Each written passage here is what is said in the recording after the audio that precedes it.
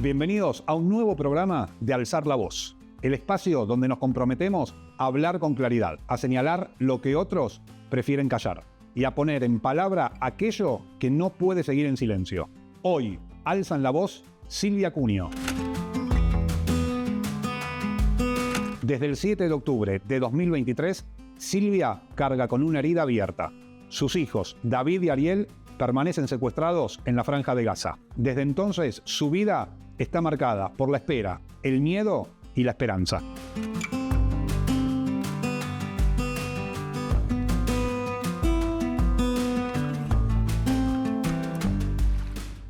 Daniela Mazur.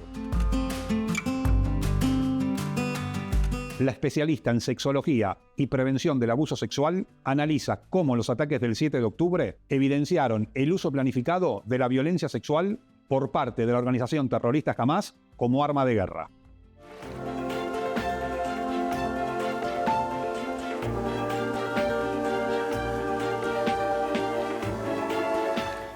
Y vamos a recordar, porque nada volverá a ser como antes, hasta que todos los secuestrados estén de vuelta en casa.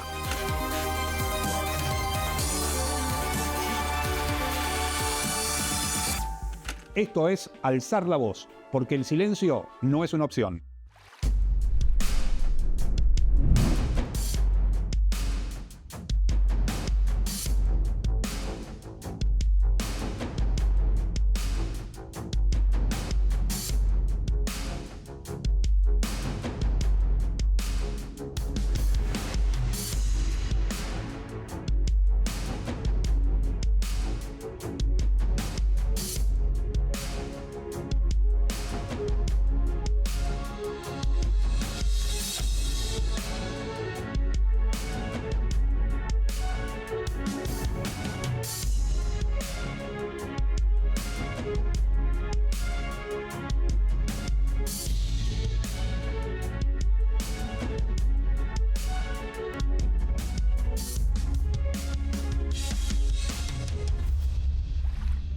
Aquella mañana del 7 de octubre de 2023, la vida de Silvia Cunio cambió para siempre. El horror llegó sin aviso. 8 miembros de su familia fueron secuestrados por miembros de la organización terrorista Hamás. Entre ellos, Ariel y David, 2 de sus 4 hijos que todavía permanecen en cautiverio en Gaza. Hoy nos habla como madre, sobreviviente y como una voz que no deja de exigir justicia y libertad para todos los rehenes. Hola Silvia, te mando un beso y un abrazo grande a la distancia. La verdad que es un placer tenerte con nosotros en Alzar la Voz. Sabemos que estás viviendo una situación muy especial, muy particular, muy triste también, así que valoramos mucho más que puedas brindarnos tu testimonio y poder charlar un ratito aquí en nuestro programa. Bueno, lo primero que te tengo que preguntar es, ¿cómo era tu vida hasta el 7 de octubre? El 7 de octubre era un paraíso. ¿Y qué hacías hasta el 7 de octubre? ¿Cómo era tu día a día? ¿Cómo era tu vida? Me levantaba a las 7 de la mañana, 6 de la mañana, iba a trabajar a la lavandería del kibutz. A la tarde trabajaba como peluquera, manicura, pedicuría, cosmética, y todo se cortó. ¿Qué recordás de ese día? El 7 de octubre, 6:30 de la mañana, nos despertamos, empezaron las alarmas. Mi hijo menor nos manda un WhatsApp, nos dice que hay terroristas en el kibutz que están disfrazados de soldados y que están en la zona de la enfermería. En ese momento dije, bueno, 2, 3 nos van a agarrar y vamos a poder salir del cuarto de seguridad. Pero no fue así, eran miles. ¿Y hoy cómo son tus días? Porque me hablaste de cómo era tu vida antes del 7 de octubre, lo que recordás de ese día, y hoy cómo son tus días. Terror, pánico de no saber nada de mis hijos, de lo que están pasando, de lo que están viviendo en ese infierno. No tengo cabeza para seguir pensando. Entonces prefiero no pensar. ¿Cuándo fue la última vez que tuviste noticias de tus hijos Ariel y David? Hace muchos meses. Ya pasaron medio año más o menos. De Ariel, poco y nada. De David, un poco más, porque las personas que estaban con él salieron y nos pudieron contar algo. ¿Y qué te contaron? Contaron que está sufriendo porque tiene a sus dos hijas. Sus dos hijas estuvieron secuestradas junto con su esposa. El 6 de octubre éramos 20 personas en mi casa y al día siguiente quedamos 12. 8 personas fueron secuestradas de mi casa y extraña mucho y tiene en los dedos las gomitas del pelo de las nenas desde hace 2 años y 2 meses. Nos cuenta que trata de estar bien, habla mucho con sus compañeros y pide que sigamos luchando para sacarlos. Cuando llega la noche y te vas a acostar y te vas a dormir, ¿podés conciliar el sueño? ¿Soñás con el regreso de ellos? La verdad que no sueño. Una sola vez soñé con David, entraba por la puerta y me decía, llegué, y lo único que le pregunté a él, ¿las viste a Sharon y a las nenas? Me sonrió y terminó el sueño. Y con respecto al, si duermo, duermo muy poco.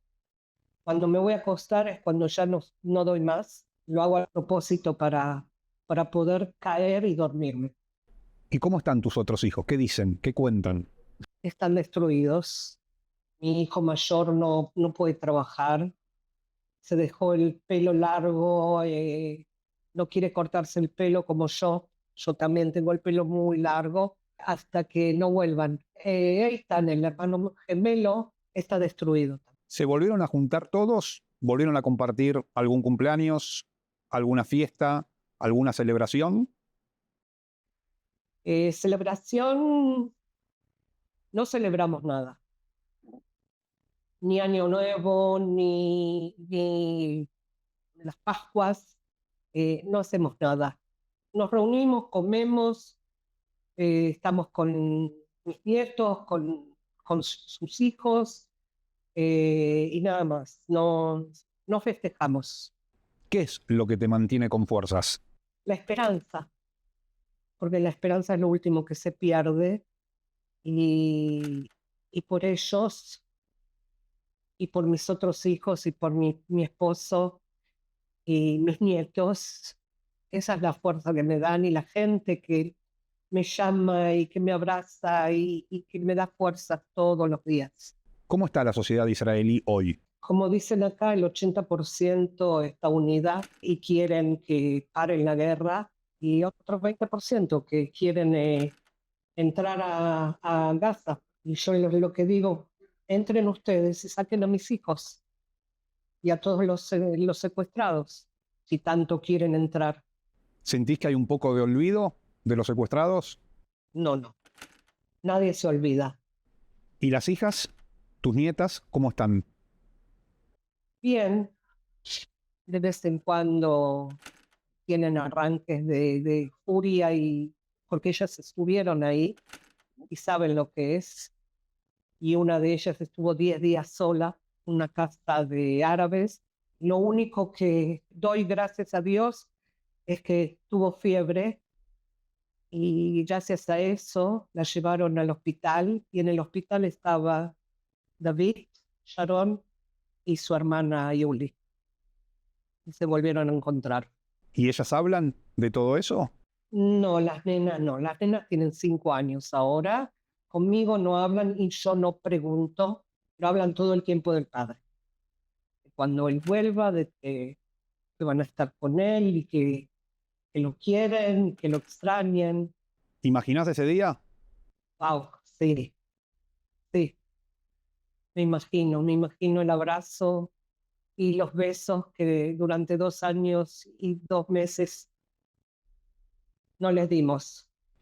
¿Qué le dirías, Silvia, hoy al mundo si tuvieses la oportunidad, de hecho la tenés acá en Alzar la Voz, de contarles o de decirles que son la mamá de 2 personas que están secuestradas? Les diría al mundo que hagan todo lo posible y que den fuerza para que puedan terminar con esta guerra y que recen por mis hijos y por todos los secuestrados, que puedan volver a casa. Y si estamos unidos, vamos a triunfar y los vamos a devolver a casa. ¿Crees en el perdón? Yo siempre perdono. No es vergüenza pedir perdón. ¿Crees en la paz? Espero que se realice pronto, porque no se puede vivir en guerra todo el tiempo. Es que no llegan a nada. Antes de terminar y agradeciéndote mucho, por supuesto, por tu tiempo y por tu testimonio, ¿te gustaría decir algo más, agregar algo más? Messi salvó a mi suegra.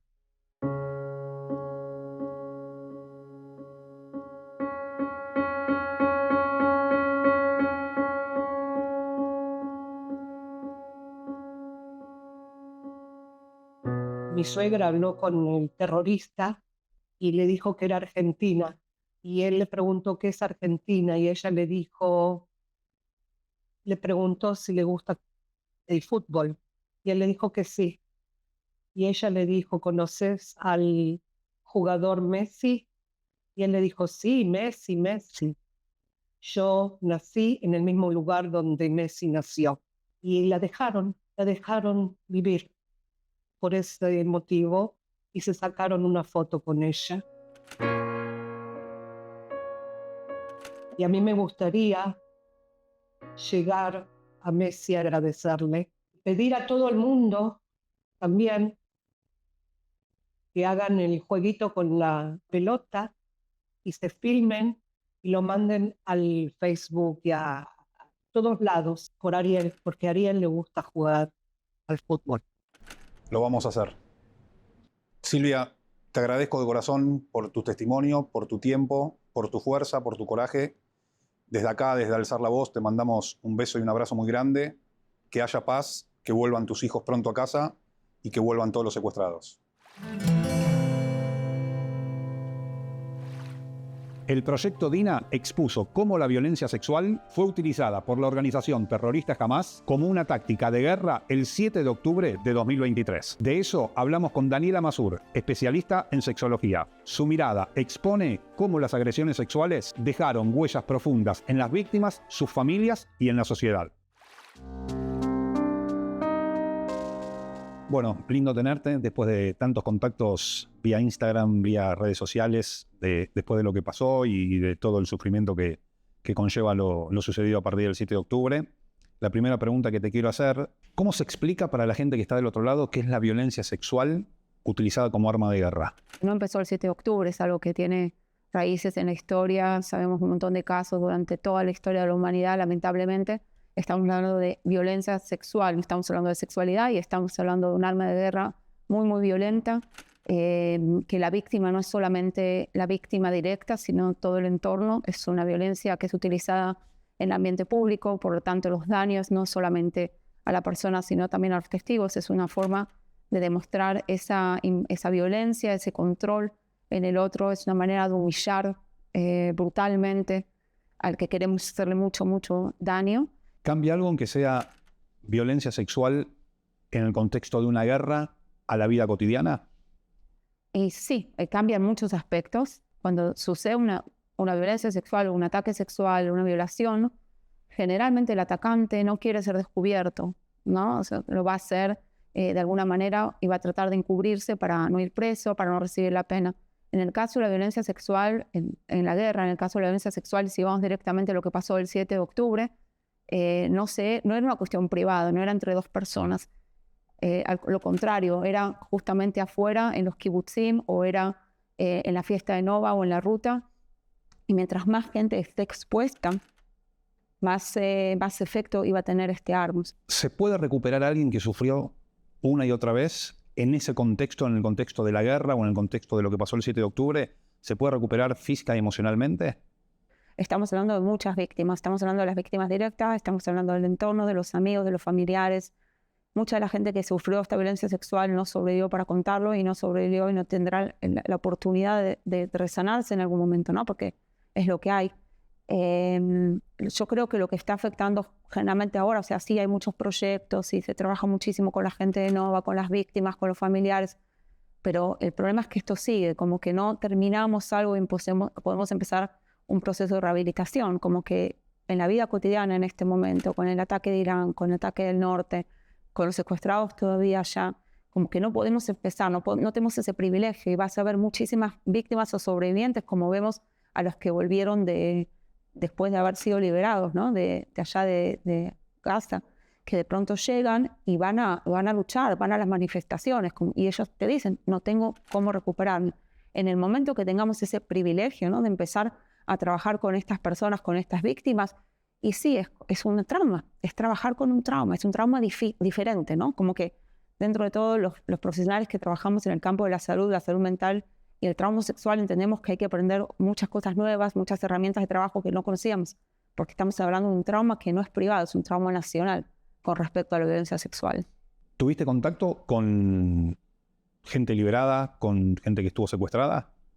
Sí, en el día 30 más o menos de la guerra, al principio, cuando más o menos empezamos a estabilizar y entender un poquito que esto va para largo, entré en el foro de los secuestrados de la ciudad de Haifa y poquito tiempo después empecé a coordinar y dirigir todas las actividades que hacíamos en esa ciudad. En ese momento todavía no había gente que estaba liberada. Tu tía la traía junto con otros pósters, la teníamos juntitos siempre ahí en las marchas. Y de a poco empezaron a firmar los acuerdos, empezó a salir gente, empezamos a hacer más actos y más actos. Y desde ese momento ya estamos casi en el día 700, lamentablemente, del 7 de octubre. Y estoy en contacto permanente con las familias, no solo con las familias que tenemos en Haifa, que hay muchísimas familias de Haifa que tienen contacto. Tenemos hijos de secuestrados, tíos de secuestrados, tenemos sobrinos de secuestrados. Con ellos trabajo permanentemente, también en mis actividades, también en el día a día. Y también con gente que no es de la zona de Haifa, o sea, trabajamos mucho a nivel nacional, también con familias de otros lados del país a través del Zoom. ¿Cuánto es, si existiese, ¿no? el promedio de lo que una persona puede tardar en contar o en callar o guardarse para siempre cosas? Cuando hablamos de traumas en la niñez, o sea, sabemos todos que muchas veces el trauma, el subconsciente lo lleva y lo entierra, yo muchas veces digo, en el freezer ahí de la mente, del alma, y quizás no nos acordamos, quizás no sabemos lo que pasamos, y el proceso de sanación va a llegar, al parecer, en la adultez, cuando este trauma salga a la luz y de pronto la persona empieza a recordar y todo. Este no es el caso, o sea, el trauma sigue también vivo y tenemos un recordatorio de este trauma porque la guerra no terminó aún, no cerramos ese círculo que familias quieren cerrar. Por lo tanto, el trauma sigue en pie, es como yo digo, la rutina sigue existiendo. Por ahora, todos los secuestrados y las familias que tienen familiares que han sido asesinados, o sea, el cuerpo es el que hay que traer, ellos piden que esto tiene que se cierre para poder empezar ese proceso de rehabilitación, o sea, para empezar a sanarse, para empezar a curarse. Hay gente que no quiere contar, sabemos que dentro de los sobrevivientes del Nova, dentro de las secuestradas sobre todo, que han vuelto, hay muchas historias que todavía no han salido a la luz, por una razón personal, por una razón quizá de seguridad. Ahí quiero hacer un punto, porque yo recuerdo cuando mi tía salió, sí. Que cada familia tiene como una recomendación de los médicos, de los psicólogos, en donde no hay que avasallar con preguntas a la persona que sale, que hay que dejarla que hable. Hay un patrón en donde la gente dice, bueno, en este momento me siento segura para hablar, o cuál es ese patrón, o en qué momento esa persona se siente segura para poder contar lo que tiene que contar o lo que puede contar. Es muy lindo lo que dices, es muy importante, porque si estamos hablando de una víctima del abuso sexual, en el caso que hay muchas mujeres que han pasado y todavía no han contado, una de las cosas que estudié al principio, cuando empecé a trabajar este tema, nos enseñaban cómo tratarlo, ¿no? Cómo preguntar, cómo no hacerse sentir presionada a la persona, cómo no abusarla otra vez, ¿no? Pasó un abuso y quizás a través de nuestras preguntas la estamos abusando, como para darle ese tiempo de procesar y de sentirse seguras de que ahora se puede empezar a contar. Y yo creo que es justamente lo que se movió, ¿no? La sensación de seguridad, porque a muchas de ellas las han secuestrado de la base.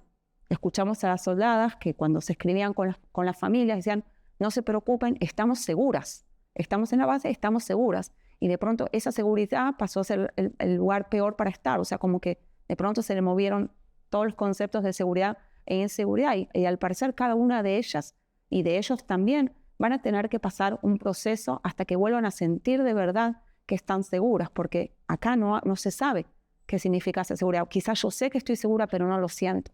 A mí Susana, que estuvo secuestrada y después pasó un abuso sexual. Y ella fue la primera persona que salió a la luz, habló del tema en todo el mundo, fue filmado, contó con detalles. Y es una exposición, es como desnudarse, ¿no? Contar esas partes que uno, lo más natural es querer enterrarlas en donde se pueda y no recordarlas más. Y en el momento que vos te expones de esa manera, la cantidad de preguntas que surgen, la cantidad de gente que quiere que lo vuelvas a contar, la cantidad de gente que necesita que lo vuelvas a contar para hacer escuchar esa voz que está tan callada, puede ser muy, muy dolorosa, muy traumante también para la persona, para la víctima. Por dar un ejemplo, ¿no? Porque Sí. fueron más de 250 los secuestrados. Una de las imágenes que recorrió el mundo fue la de Naamá Levy, Sí. cuando es arrastrada, llevada con el pantalón blanco ensangrentado, subida, tuvo mucho tiempo, volvió. ¿Qué pasa por la cabeza de las familias en todo ese momento? ¿Y cómo se trabaja con la familia en ese imaginario que tiene la familia y que tenemos todos como seres humanos, ¿no?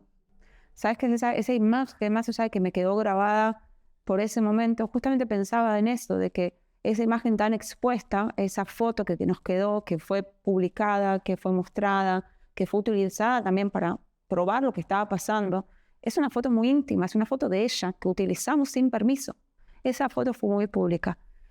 Unos meses después del secuestro de ella, hicimos en Haifa, hicimos como un evento en el cual todas nos vestimos como Naamá y caminamos en las calles de Haifa. Era la época que estábamos siendo bombardeados por el Hezbollah, o sea, una época muy, muy, muy tensa, hacía muchísimo frío. Nos descalzamos, nos pusimos el pantalón blanco, una remera negra y nos manchamos todas como con color rojo para mostrar esa sangre y nos pidieron, por favor, de la familia, no poner en las partes íntimas nada de color rojo, como que no haya ningún tipo de señal o recuerdo a esa situación, como de alguna manera respetarla. O sea, sabemos que ella pasó violencia, no sabemos qué pasó, pero vamos a respetarla, porque esa imagen saltó al universo y no la pudimos detener. Entonces, ahora que tenemos la posibilidad de tomar un poquito de control, cómo hacer pública esa información, tomamos en cuenta que está Naamá, una niña que fue secuestrada, hay que respetarla y lo hicimos con muchísimo respeto y así fue. Y fue muy impactante. ¿Qué tan importante sería que la comunidad internacional reconozca esto como crímenes de guerra? Y es muy importante porque otra vez, ¿qué necesita? Y si volvemos a la persona, a la chica o al chico que ha sido abusado, ¿qué necesita? Que lo escuchen, que le crean y que no lo culpen. Son tres cosas muy básicas. Es como el ABC de cómo tratar, cómo dar la primera intervención a una víctima del abuso sexual. Eso es algo que deberíamos saber todos, no solamente los profesionales. Escuchar, creer y no culpar. Nos escucharon, nos creyeron, nos culparon. El pero surge. También cuando hablo del tema me dicen, pero vos sabés, y el pero no vale. Hay violencia sexual, no hay pero en la violencia sexual. Por lo tanto, el reconocimiento de todas estas organizaciones es para hacer sentir que somos realmente víctimas en este aspecto. Más allá del antisemitismo, más allá de la política y todo, estamos hablando de derechos humanos. Estamos hablando de una organización mundial que saca declaraciones sobre los derechos sexuales, sobre los derechos de las mujeres. Estamos hablando del Me Too, que justamente se creó para este objetivo. ¿Y qué pasa cuando la víctima es judía? Es muy importante. ¿Qué pasa con los secuestrados en Israel? ¿O con la sociedad con respecto a los secuestrados?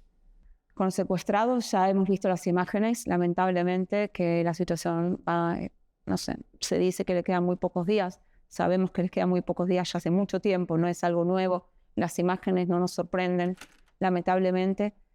Yo creo que la sociedad israelí no es una sociedad, es multicultural, son como muchos colores. Y lo que nosotros tratamos de hacer es mantener viva esta lucha, ¿no? Hasta que no se termine, no se puede terminar. Y eso puede ser en cada pedacito de arena que cada uno se anime a agregar, más allá de llevar la, ¿cómo se llama? El pin el simbolito amarillo, más allá de ir y llevar el cartel a algún lado, de pegar una calcomanía, todo uno lo que puede hacer, compartir, para que estas familias lo necesitan, necesitan saber que no están solas.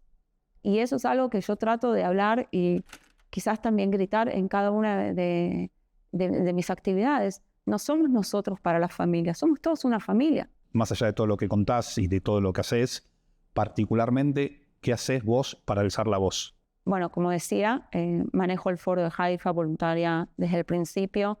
Hago muchísimas cosas, trabajo con la municipalidad, con la universidad, con el Technion. sumo gente a esto, o sea, mi foro fue creciendo, tengo un grupo hermoso de voluntarios y voluntarias de todas las edades, de todo, muy colorido mi grupo. Y más que nada, yo creo el tema de las familias. Ahora, cuando tienen cumpleaños, cuando pasa algo, el día a día les mando mensajes, les mando las fotos, les mandé acá, fuimos a Mar del Plata, agarramos el cartel con Ale, traigan todos allá, nos sacamos una foto al lado del monumento al Dibu Martínez, se lo mandé a las familias, estuvimos en la Bombonera, los dos con las remeras de Matán, hicimos así como, fuimos caminando en el Museo de la Boca, que es un lugar muy céntrico, los dos con las remeras de Bring Them Home, que tráiganlo a Matán a casa, traigan a todos a casa. O sea, yo creo que es parte de mi día a día. Pienso en esto todo el tiempo, o sea, pienso si hago algo, cómo puedo involucrar. Y al llegar acá a Argentina me es muy impactante porque el público que estoy hablando con muchísima gente muy variada, partes de la colectividad y partes no de la colectividad. Los de la colectividad, como quieren escuchar cómo estamos, como preguntas ahora, les es muy importante que les acerque un poquito a Israel en testigo, ¿no? Como en primera persona y no solamente de las noticias. Y los que no son de las colectividades, como que se interesan también. Trato de llevarlos más allá del diálogo político, ¿no? De hablar de los derechos, como decía antes.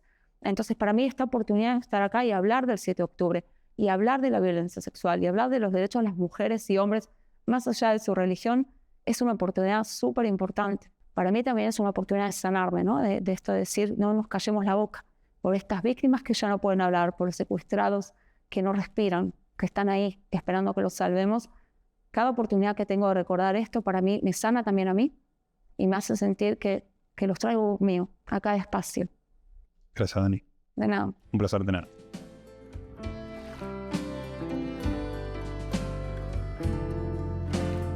Llegamos al final de un nuevo programa, pero antes queremos recordar a Matan Sangauker. Matan, de 24 años, fue secuestrado la mañana del sábado 7 de octubre en su casa, en el Kibutz Niroz, junto a su pareja Iliana, quien ya fue liberada. En un video publicado a fines del 2024, se lo ve visiblemente agotado. Pedía que la presión pública obligara al gobierno israelí a actuar para facilitar su liberación. הממשלה שלנו הפקירה אותנו, וממשיכה להפקיר אותנו יום אחרי יום. אני מקווה שאתם עושים כל שביכולתכם כדי לשנות את המצב, כדי להחזיר אותי ואת שאר האסירים חיים ובריאים חזרה אליכם. El 7 de junio de 2025 apareció una nueva imagen, mucho más inquietante. Matan recostado con una manta y una vía intravenosa, acompañado por una amenaza concreta de la organización terrorista Hamas. Si las tropas se acercan, él no regresará con vida.